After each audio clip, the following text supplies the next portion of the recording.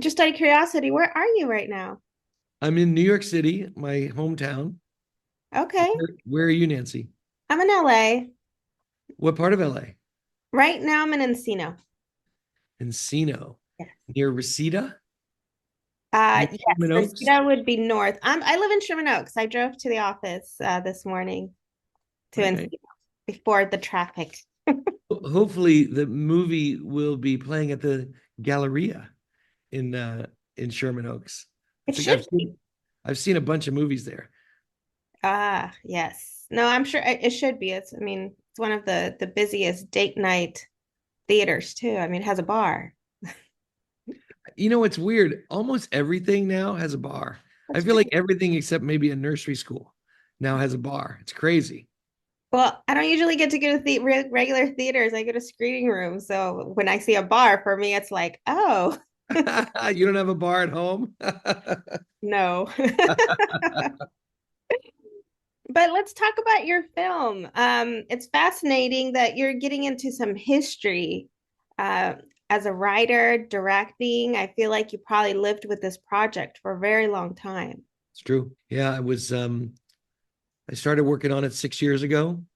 And when you add up all the years it takes, I mean, in real time, it's just 6 years on the calendar. But when you spend so much time in the annals of history, you feel like it's been 20 years, 30 years, because what you learn about the past and how applicable it is to current times, it I feel older than I was when I started this. I mean, I am older, but I feel like the capacity of my brain to understand how similar the Nazi times were to our current times has really it's shocked me. And the timing of this release is accidentally ideal. And it's not too far from today and a lot of the stuff that you cover in your writing. Um, one of them that I really liked, I'm a Catholic, so one of them was like, faith with no action is not no faith at all. Yeah, it's true. It doesn't It's have to be religion. It's just faith and anything that you have faith in. yeah, I mean, Dietrich was always trying to reclaim Jesus from the the strictures of religion. And I think it's a problem that exists today where people use religion as a hammer. You know, it's supposed to be an embrace. It's supposed to be a connector and communion. Even if you think about, taking communion, or it's called the Eucharist. Also, what that word means, it means thanksgiving. So at its core, we're supposed to be grateful for the love that God showed through his son Jesus, and how that turned into the rampaging self-righteousness that we see out there. It's deeply disheartening. I had heard about Bonhoeffer. I keep saying it wrong. No, you said, you know what, Nancy? That's the first time anyone said it close to correct, because that's in the German, they would say very similar to how you say. We say here Bonhoeffer, but you were right, like Bonhoeffer. Yes, well, I have the Latin too, so I think that's where it all kind of mixes for me with Good pronunciation. job. Thank you. I had heard of him. That's when I saw the pitch for this interview, I was like, I have to because I have not had the time to really look into the history and how it all began, and I didn't even realize that it was through religion, which Yeah. that's like the core of every family back in the day if you go to church every Sunday. Yeah, that was right. And Hitler was very savvy in that he knew that he only had 33% of the power in the Politburo, and he needed more power to do what he wanted to do. And he took the church. And that's where a lot of power resided in Germany at that time. And they laid down for him. It's very upsetting how quickly they turned to make an idol of Adolf Hitler and took their eyes off of the God that they said they believed in. I like the part where we also cover how him coming to America opened this other view for him. So that means had he not came to America, that it would have just delayed finding the real story to why they were getting involved with religion. It's a great question. Yes, and maybe he never would have seen it because experience, travel, these are the things that broaden our minds and souls. So if he'd stayed as a star pupil, he wrote his doctorate when he was in his teenage years. He was a prodigy. He could have stayed a man of privilege. He could have stayed a man in his white tower, just writing papers and writing books. It was America that shook him alive spiritually and as a person who was fighting for social justice. It's really sad that all that was taking something similar to taking place here first.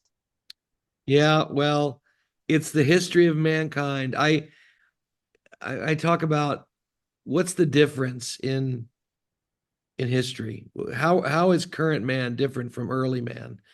And sadly, it's just that we're able to kill more of each other more quickly. Our weaponry has grown. Our love is not growing. Our kindness is not growing. And that's why we have all these conflicts all around the world. Neighbors fighting neighbors. It's never ending. War is perpetual. And it's a choice. We don't have to destroy ourselves. There's another way to live. And it's by setting violence aside and putting our neighbors ahead of ourselves in our thinking. And if we live generously, always, when we live generously, we get more in return than we could ever possibly give away. Somehow the human animal is very slow to remember that. Talk about to me about a scene in particular that actually that one got my eyes watery. When Bonhoeffer and his brother-in-law are driving away with the 7 Jews and that feeling of like we just saved those 7 lives and the breakthrough. I mean it's like a simple scene but yet very strong. Well, thank you very much. I find the things that move me are always the subtle things, the simple moments, and the things that we share as humans that we share with the characters we're watching. We would like to be heroic. We would like to stand up and do something for someone in trouble.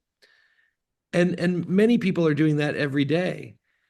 I want to remind the audience that it's available to us to be as brave as Bonhoeffer, to be as loving and kind. It's not something that other people have to do. We don't have to rely on superheroes. We have this culture of cinema, and I like a Marvel movie. I'm not against Marvel movies, but we have a culture where our cinematic heroes are always kind of disappointed that they have to help, and they're afflicted by their superpower, and like, oh, here I am stuck flying around saving everybody.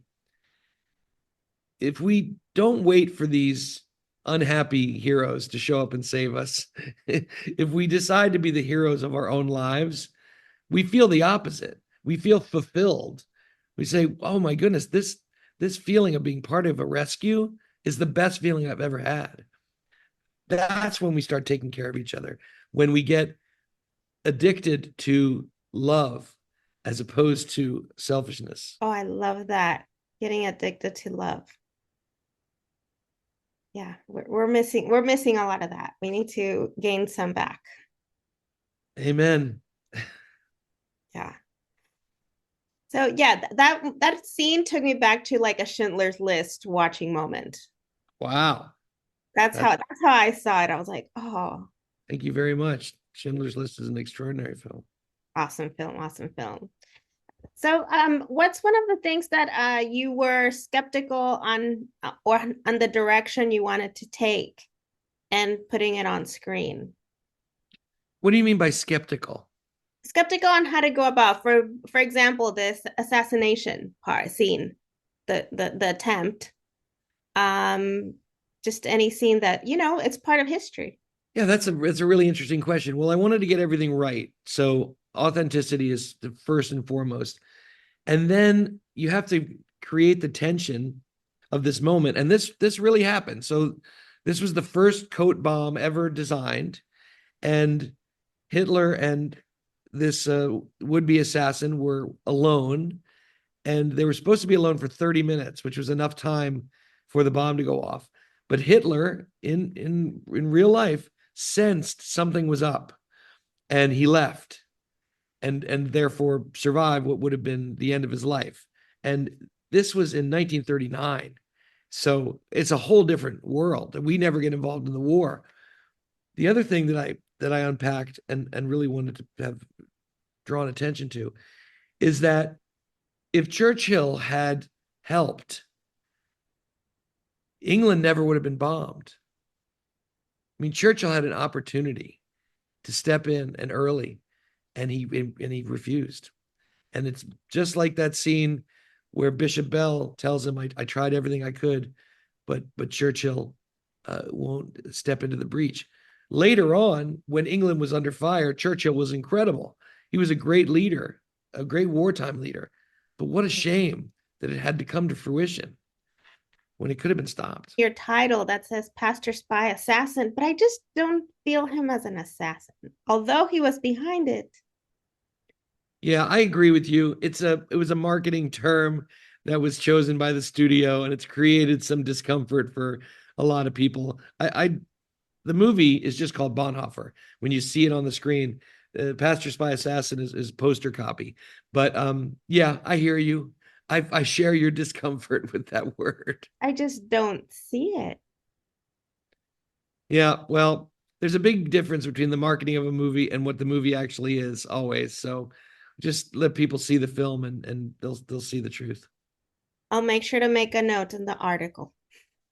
Thank you. You're welcome. That's where we have a little bit of power. Yeah, I didn't vote for that word to appear, and I lost that argument. Hey, but thanks to that, at least we get to watch the film, so it's okay. It's okay. Thank We you, have to Nancy. lose some and win some. Yes, well said. So just to wrap up, what do you hope people take away from watching this film? Yeah, the thing that matters to me the most is that this courage that this man had, which is so extraordinary, needs to point us towards the little moments of bravery we can do every day. And I'm talking about being exhausted and reading a story to your child in bed. When they say one more chapter, we don't close the book. When we're having an argument with our spouse and you're in that cycle, and it's going to take a lot of courage to sit down and get on the other side of the fight, to show up and be there on behalf of the relationship. These little acts of courage, if we do them in our circles and we see how good it feels, then we do it for our neighbors, and we do it in the world, and we do it in our communities. We can really change the way things are. And what we see now in such a divisive time is whatever garden you water is the garden that will grow. So we've watered the garden of fear and division, and here we are, afraid and divided.